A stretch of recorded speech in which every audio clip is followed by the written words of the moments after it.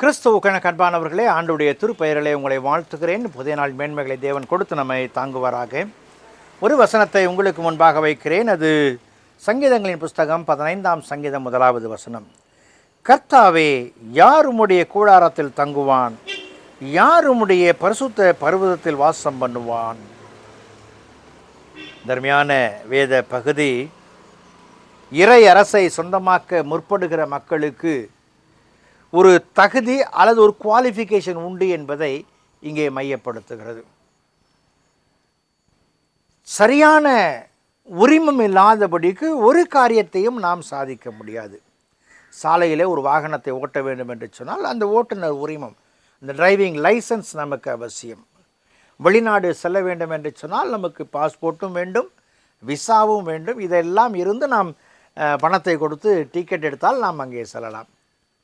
பேருந்தில் பயணிக்க வேண்டும் என்று சொன்னால் பயணச்சீட்டை டிக்கெட் வாங்கணும்.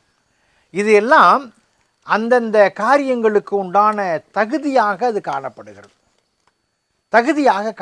இங்கே ஆண்டவர் தாசன் வழியாக சொல்லும் பொழுது தாசன் ஆண்டவரை பார்த்து சொல்லுகிறான், கர்த்தாவே, யார் உம்முடைய கூடாரத்தில் தங்குவான்? யார் உம்முடைய பரிசுத்த ஸ்தலத்தில் வாசம் பண்ணுவான்? இதையே 24ஆம் சங்கீதத்திலும் கூட நாம் பார்க்கும் பொழுது, யார் கர்த்தருடைய பர்வதத்தில் ஏறுவான்? யார் அவருடைய பரிசுத்த ஸ்தலத்தில் நிலைத்திருப்பான் என்று ஆரம்பிக்கிறது. அன்புக்குரியவர்களே, என் ஆண்டவரோடு கூட நான் உறவு கொள்ள வேண்டும், என் ஆண்டவரோடு கூட நான் நிறைவுகளை காண வேண்டும் என்று சொன்னால் ஒரு சில வரையறைகளை ஆண்டவர் வைத்திருக்கிறார். நான் மீட்கப்பட்டவன் என்று சொல்லும் பொழுது ஏற்படுகிற வரையறைகள் அவை.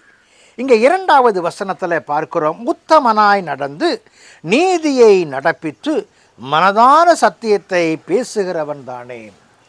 நான் இறைவனுடைய பர்வதத்தில், இறைவனுடைய கூடாரத்தில் நான் வாசம் பண்ண வேண்டும், தங்க வேண்டும் என்று சொன்னால் அதற்கான நுழைவுச்சீட்டு என்ன, அதற்கான தகுதி என்ன என்று சொன்னால் 3 காரியங்களை இந்த 2வது வசனத்தில் வருகிறது. ஒன்று, உத்தமனாய் நடந்து.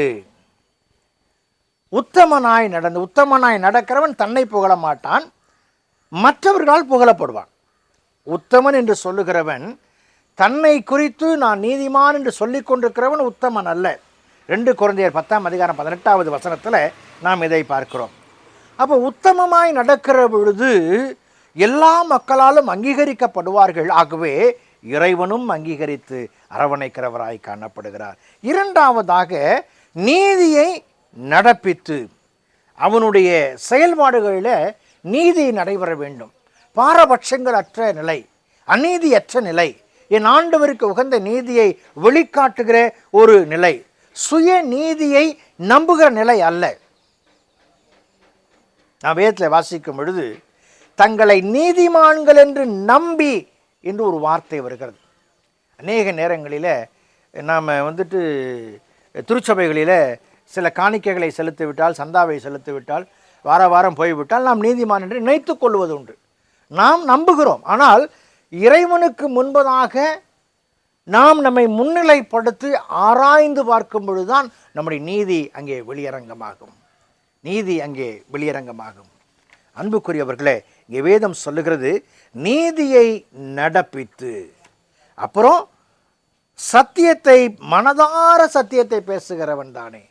எந்த சூழலும் தன்னுடைய நிலையை மாற்றி அமைக்காதபடிக்கு இறைவனுடைய வார்த்தையை சுமந்து கொண்டு, இறைவனுடைய வார்த்தையை பகிர்ந்து கொண்டு இறை சத்தியத்தை பேசுகிறவன்.